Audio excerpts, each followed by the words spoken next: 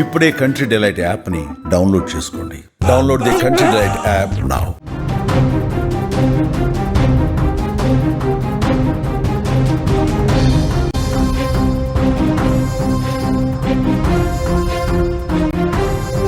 కర్నూలు జిల్లా చిన్నటేకూరు బస్సు ప్రమాదం ఇంకా కళ్ళ ముందే కదలాడుతుంది అందరికీ. అక్కడ 19 మంది మృతి చెందడం ఇప్పటికీ అందరికీ అది చాలా దిగ్భ్రాంతికి గురి చేస్తుంది. ఆ వార్త ఇంకా మర్చిపోలేనటువంటి పరిస్థితికి తావిస్తుంది.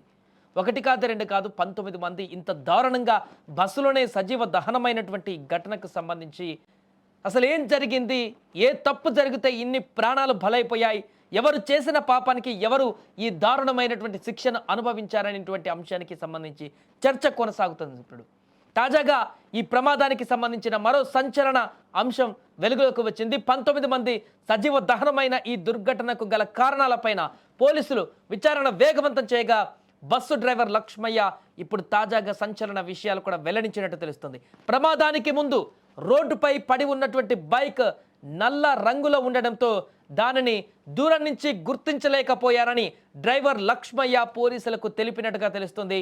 తెల్లవారుజామున 3 గంటల ప్రాంతంలో ఈ యొక్క ప్రమాదం జరిగింది.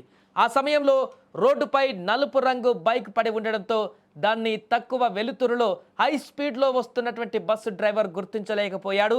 ఆఖరి నిమిషంలో సెకండ్స్ల వ్యవధిలో బైక్ను గమనించిన బస్సు అప్పటికే వేగంగా ప్రయాణించడంతో సడన్గా బ్రేక్ ఒక్కసారిగా వేస్తే కొద్ది దూరంలో కనపడగానే బైక్ సెకండ్స్ల వ్యవధిలో సడన్ బ్రేక్ వేస్తే బస్సు అదుపు తప్పి బోల్తా పడుతుందనేటువంటి భయంతో మరింత పెద్ద ప్రమాదం జరుగుతుందో అనేటువంటి ఆలోచనతోటి బైక్ మీదుగా పోనిచ్చినట్లుగా ఆ యొక్క బస్ డ్రైవర్ ఇప్పుడు తాజాగా వెల్లడించారు.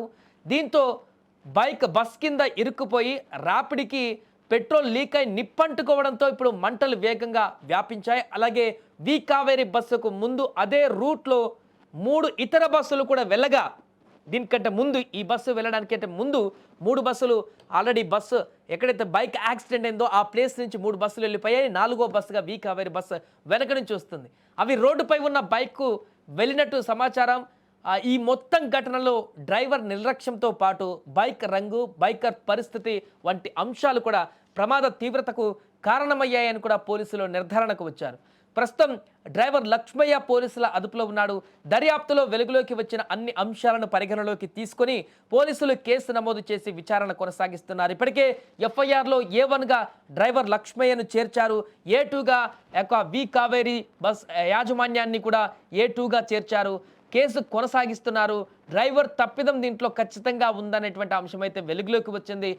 అక్కడ బైకర్ యాక్సిడెంట్ అయిపోయి బైక్ రోడ్డు మీద పడిన సందర్భంలో దూరంగా వస్తున్నటువంటి వాహనాలన్నింటినీ గుర్తించాల్సిన అవసరం ఉంటుంది. ఓకే, ఎగ్జాంపుల్గా బైక్ ప్లేస్లో ఒక స్పీడ్ బ్రేకర్ ఉంటుంది. హైవేల మీద అప్పుడు స్పీడ్ బ్రేకర్స్ ఉంటాయి. అప్పుడు దాన్ని చూడాల్సిన బాధ్యత ఆ యొక్క వాహన డ్రైవర్కే ఉంటుంది. దూరం నుంచి ఆ స్పీడ్ బ్రేకర్ని గమనించాల్సినటువంటి బాధ్యత డ్రైవర్కే ఉంటుంది. అంటే స్పీడ్ బ్రేకర్లకి కొంత ఇండికేషన్స్ ఉంటాయి. అక్కడ రేడియం కలర్స్ కానీ ఆ స్పీడ్ బ్రేకర్కి సంబంధించిన లైటింగ్స్ కానీ పెట్టేటువంటి ప్రయత్నం చేస్తుంటారు హైవేలో. బట్ చాలా ప్లేస్లలో అవి కూడా కనిపించవు.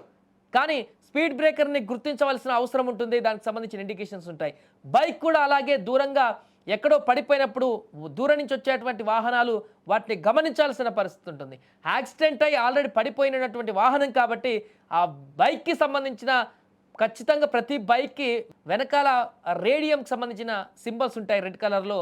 దాన్ని చూసైనా అక్కడ ఏదో ఉందనేటువంటి విషయాన్ని గుర్తించాల్సిన అవసరం అయితే ఆ బస్ డ్రైవర్కి ఉండాల్సింది ఉండే. కానీ అతను మితిమీరిన వేగంతో వచ్చినట్టుగైతే కనపడుతుంది. ఎందుకంటే అంత స్పాట్లో దగ్గరకు వచ్చే వరకు కూడా బైక్ను లేకపోయాడంటే వేగం చాలా వేగంగానే బస్సు ఉంది అన్నట్టు కూడా అర్థమవుతుంది. ఆ కారణం చేతనే దగ్గరకు వచ్చాక గుర్తించినా కూడా సడన్ బ్రేక్ వేస్తే అది బోల్తా పడిపోతుందని డ్రైవరే చెప్తున్నాడంటే అర్థం చేసుకోవచ్చు ఎంత వేగంతో ఆ బస్సు ఉందో అనేటువంటి విషయాన్ని. అంటే ఆ విషయం తనకు తెలుసు, అంత వేగంతో ఉన్నాను, ఆ వేగంలో సడన్ బ్రేక్ వేస్తే బస్సు పల్టీ కొడుతుంది అనేటువంటి విషయం డ్రైవర్కి తెలుసు కాబట్టి బ్రేక్ వేయలేదు.